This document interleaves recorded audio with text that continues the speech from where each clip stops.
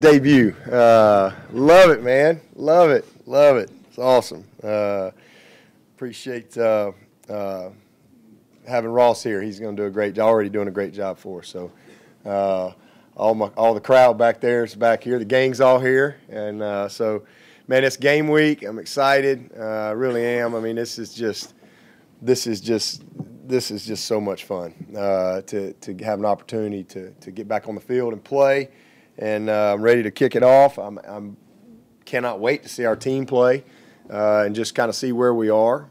I think that's where every head coach is at this point. Is it's just game one, and all right, we're gonna.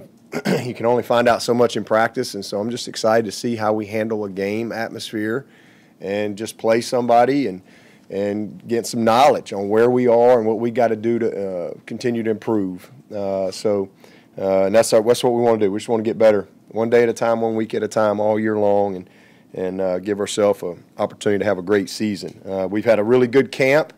It's been a tough camp, and I think that the team is well prepared for the totality of the season. That's what we try to do through camp is expose them and get them ready to what they're going to see and what we think we need to be able to do from a schematic standpoint all throughout the season. And I thought our guys handled that very well, and we came through it in a good fashion. We're, for the most part, a pretty healthy team, so I'm excited about really having good depth as we kick it off. Furman, just a few things about them. First of all, I really like Clay. Had an opportunity to be around him a little bit over the last couple of years, and just a heck of a football coach, a great man, and very, very good at what he does, and very impressive what they've done at Furman.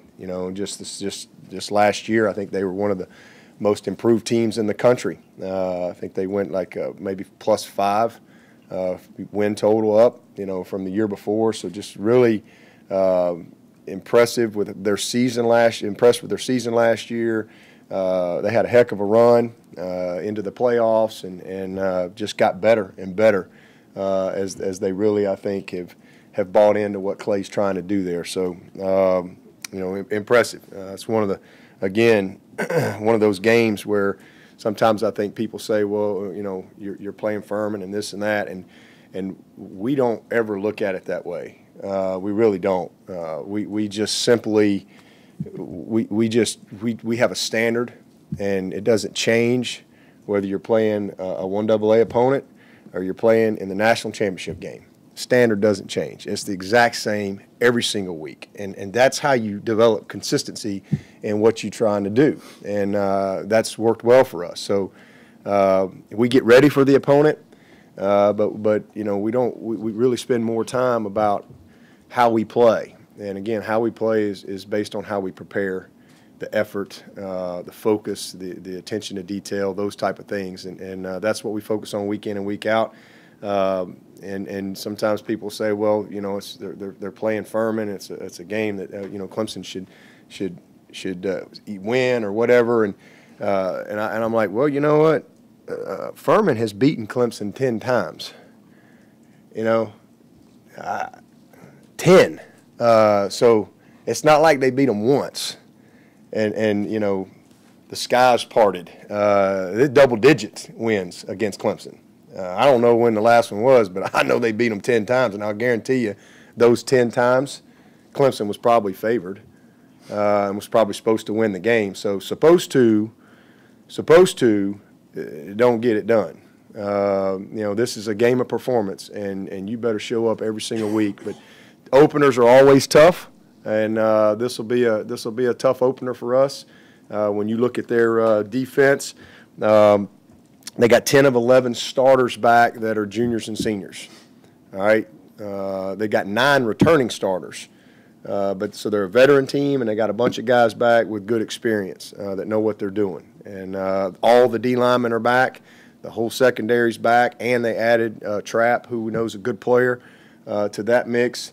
One of their all-conference linebackers is back, so it's a really good group that knows what they're doing, that I think will be improved. And then offensively, to be quite honest with you, man, it is stressful to watch them. it is very stressful.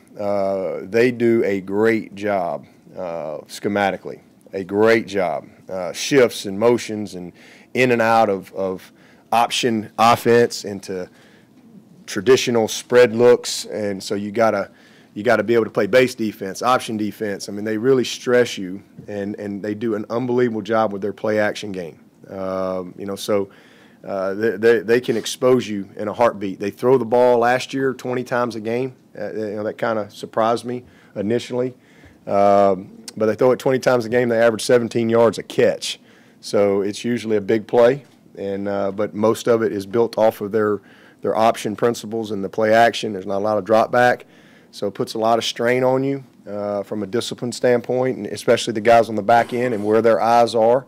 And so this will be a challenge. Every opener is tough because you haven't played anybody, and then you line up and you play a team that's going to really challenge you from a assignment standpoint.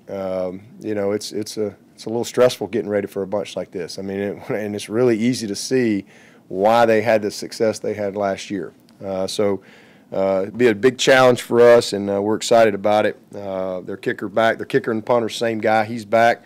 But it's at the end of the day, it's a special time. And for us, the season starts now for a lot of people, especially our fans, but it starts in January for us. I mean, and we check a lot of boxes. I mean, it's off season, it's mat drills, it's self-evaluation, it's spring practice, it's exit interviews, it's transformation, summer grind, it's fall camp. There's just a lot of things, boxes that are checked, but it all builds to this.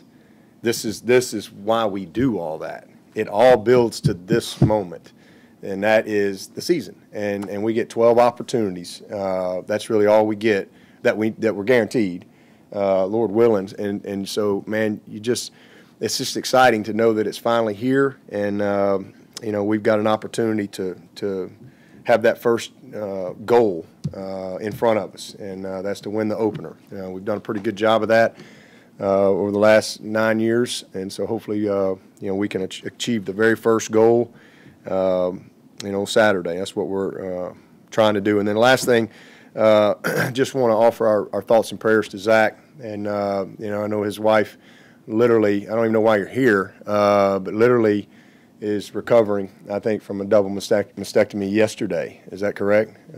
She's been battling breast cancer, and Kath, my wife, has had to go through the same procedure, and so I know exactly what's going on there, but I think she's recovering well now. But anyway, thoughts and prayers with you, and just hope that Michelle will recover nicely. Okay, so with that, I'll take your questions.